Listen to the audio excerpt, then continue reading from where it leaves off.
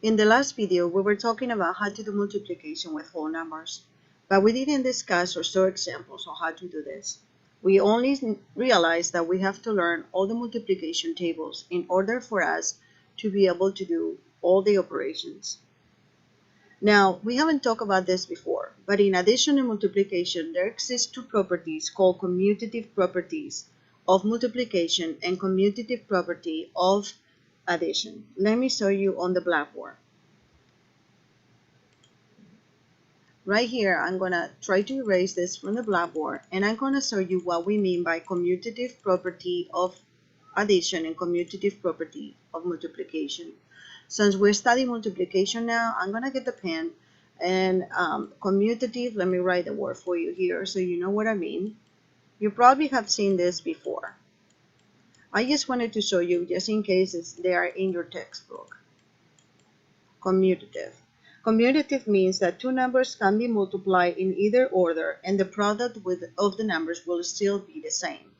The same thing is for addition. You can add two numbers in either order and their addition will still be the same. For example, we have 4 times 3 is equal to 12. Or you can also do 3 times 4 equals to 12. This will be of course, for multiplication. Now, I told you that in addition is the same thing, right? Remember, if you add 4 plus 3, you get 7. But you can also do the opposite, which will be 3 plus 4, and that will also give you 7. So these are called the commutative properties of addition and multiplication.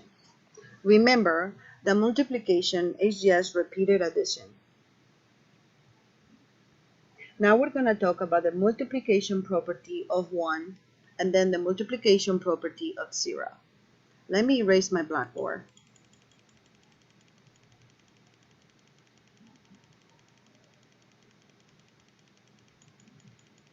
Even though they have fancy names, you know what we mean because you have been doing it since you were little.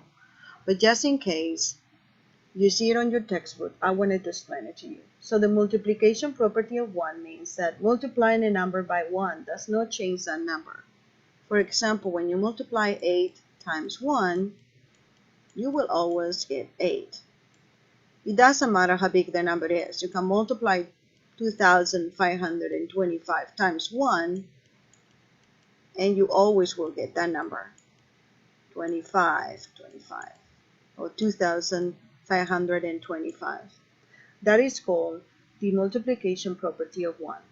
Alright, now let's learn about the multiplication property of 0. I'm going to erase my blackboard again to show you.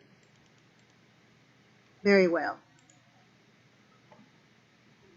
So now the multiplication property of 0 means that a number multiplied by 0 will always be 0. For example, when we multiply a number times 0, we get 0. It doesn't matter where the 0 appears on the multiplication. Remember, the multiplication is a commutative property, which means that no matter where the number is, once you multiply one number by another one, you will always get the same result. In this case, it will be 0. In the next video, we're going to get some examples and applications how to apply multiplication and the commutative property of multiplication for exercises. I'll see you then.